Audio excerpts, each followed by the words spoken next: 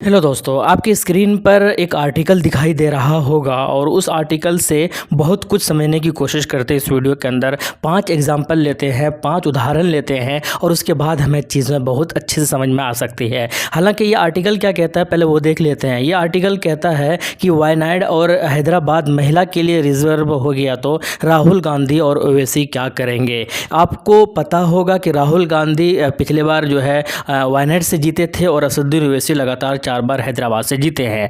अब सवाल ये पैदा हो रहा है कि अमित शाह ने स्टेटमेंट दिया था कि इसमें हम क्या कर सकते हैं कि अगर राहुल गांधी और ओवैसी की सीट महिला आरक्षण के तहत वुमेन्स बिल के अंदर जो है वो चेंज हो जाए, महिलाओं को मिल जाए वो सीट, तो ओवैसी और राहुल गांधी भी क्या हम पे बिल फाड़ेंगे। ये आर्टिकल और ये स्टेटमेंट बहुत कुछ बयां करता है। अब थोड़ा सा समझते हैं, क्योंकि कांग्रेस लोग बार बार और बहुत सारे लोग बार बार ये बातें कर रहे हैं, बार बार ये जो है कह रहे हैं कि असदुद्दीन ओवैसी की सीट जो है हैदराबाद की जो सीट है वो महिला को चली जाएंगी और असदुद्दीन ओवैसी का जो पॉलिटिकल करियर है वो ख़त्म हो जाएगा। फिलहाल 2024 के अंदर तो कुछ नहीं होने वाला है और अगर होगा तो 2029 या फिर उसके बाद वाला चुनाव में हो सकता है। लेकिन क्या चीज़ें हैं, क्यों हैं और परिसीमन के नाम पर जो चीज़ें हो रही है, क्या मुस्लिम पॉलिटिकल करियर जो है वो ख़त्म करने के ऊपर जो है पूरा के पूरा तुले हुए हैं और क्या मुस्लिम सियासत को पूरी तरीके से ख़त्म और बर्बाद करना चाहते भारत के अंदर। आइए कुछ समझने की कोशिश करते, कुछ एग्जांपल लेके समझने की कोशिश करते हैं और उसके बाद जो चीज़ें हैं शायद आपको बेहतर तरीके से समझ में आ सकता है और उसके बाद आपको समझ में आ जाएगा कि क्या असदुद्दीन ओवैसी की वो सीट जो है महिला आरक्षण के तहत जो है असदुद्दीन ओवैसी से छीन लिया जाएगा और फिर ओवैसी का जो करियर है पॉलिटिकल करियर वो ख़त्म हो जाएगा। सबसे पहले हम बात करते हैं मनिहारी विधानसभा, एक बिहार के अंदर एक जगह है मनिहारी, और वहाँ पर मुसलमानों के मुस्लिम वोटर्स की अगर बात की जाए तो 33% है और एसटी दलित की बात की जाए तो 13% है। लेकिन ये इतने ज़्यादा मुस्लिम परसेंटेज होने के बावजूद भी ये सीट जो है चेंज कर दिया गया परिसीमन के बाद और इस सीट को रिजर्व डिक्लेयर कर दिया गया और दलित के लिए यानी एसटी के लिए ये सीट रिजर्व हो गया। जबकि दलितों की संख्या 13% है, जबकि मुसलमानों की संख्या जो है वो 33% से भी ज़्यादा है। ये आप समझ सकते हैं कि परिसीमन के बाद किस तरीके से मुस्लिम सीट जहाँ से मुस्लिम विधायक निकल कर जा सकते थे, लेकिन वहाँ से जो है वो मुसलमानों को लड़ने का हक ही जो है वो छीन लिया गया। इसके बाद बात करते हैं रायबरेली एक ऐसा लोकसभा सीट है जहाँ पर 30% दलित मतदाता है, कितना 30%, और जहाँ पर 12% मुस्लिम है। ये सीट किसको जाने चाहिए था? और अगर देखा जाए टेक्निकली तो ये सीट जो है दलित का हित में जाना चाहिए था, दलित रिजर्व होने चाहिए था ये सीट, लेकिन यहाँ ये सोनिया गांधी का जो है सीट माना जाता है और यहाँ पर जो है इस सीट को जनरल रखा गया परिसीमन के बाद। अब समझिए, ये दूसरा एग्जांपल है। तीसरा एग्जांपल समझने की कोशिश करते हैं, बहराइच लोकसभा सीट। ये बहराइच लोकसभा सीट ऐसा सीट है जहाँ पर 6 बार मुस्लिम सांसद रहा है। अब आप समझने की कोशिश कीजिए, 6 बार मुस्लिम सांसद का मतलब आप समझते हैं कि अगर 30 साल के आसपास यहाँ पर मुसलमानों ने जो है एक तरीके का पॉलिटिकली जो है हुकूमत किया है, तो लेकिन यहाँ पर क्या है 35% मुस्लिम आबादी है और दलित की अगर बात की जाए तो 15.6% यानी कि लगभग 16% यहाँ पर दलित वोटर्स है, दलित आबादी है और 35% से भी ज़्यादा परसेंट जो है वो मुस्लिम आबादी है।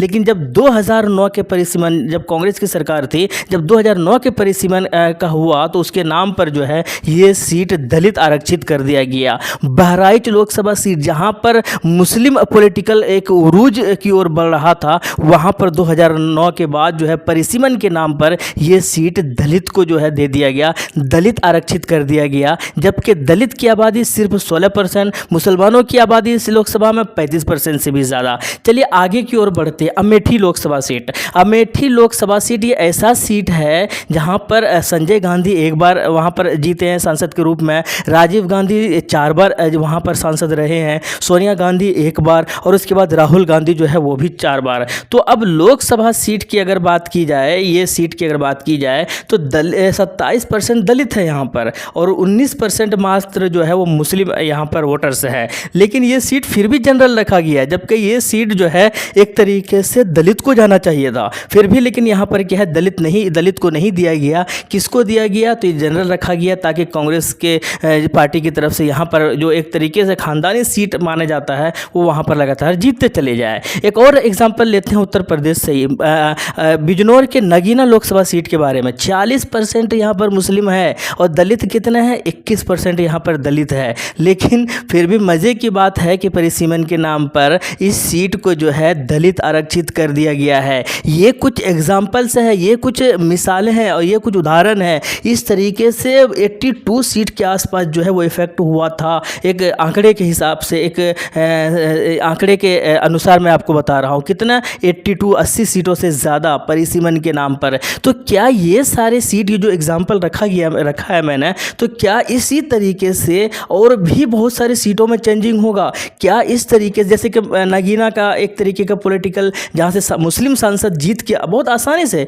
जहाँ पर 30% के आसपास भी अगर किसी कास्ट का, किसी कम्युनिटी का वोटर्स है, वो बहुत आसानी से साथ जो है वो जीत कर संसद पहुँच सकता है। चाहे वो विधानसभा की बात करें, चाहे वो लोकसभा की बात करें, जहाँ पर चाहे वो नगीना 40% मुस्लिम आबादी, बहराइच कितना है, 35% से ज़्यादा है। तो ये सारे सीट ऐसे हैं जहाँ पर मुस्लिम सांसद निकलकर बहुत आसानी से पहुँच सकता था संसद, लेकिन इनको परिसीमन के नाम पर क्या है, चेंज कर दिया गया। अब चेंज करने के बाद क्या है कि अब मुस्लिम यहाँ पर कैंडिडेट हो ही नहीं सकते। जब मुस्लिम खड़ा ही नहीं होंगे तो जीतेंगे कैसे? तो कुल मिलाकर पॉलिटिकली जो है मुस्लिम को नुकसान हुआ यहाँ पर। अब इसी तरीके से महिला आरक्षण बिल के तहत एक बार फिर से परिसीमन होगा। हालांकि पहले जनगणना होगा, उसके बाद जो है परिसीमन होगा, लेकिन होगा ये बात तो कंफर्म है, चाहे वो 2026 के बाद हो, चाहे वो 2024 के बाद हो, चाहे वो 2029 के बाद हो, लेकिन होगा ये बात तो तय है। तो जैसे ही वो परिसीमन होगा, और अमित शाह ने जो कहा है कि अगर परिसीमन में ओवैसी की सीट अगर छीन जाती है, या राहुल गांधी के वायनाड की सीट अगर छीन जाती है, वो महिला को चली जाती है, तो इसमें हम क्या करेंगे?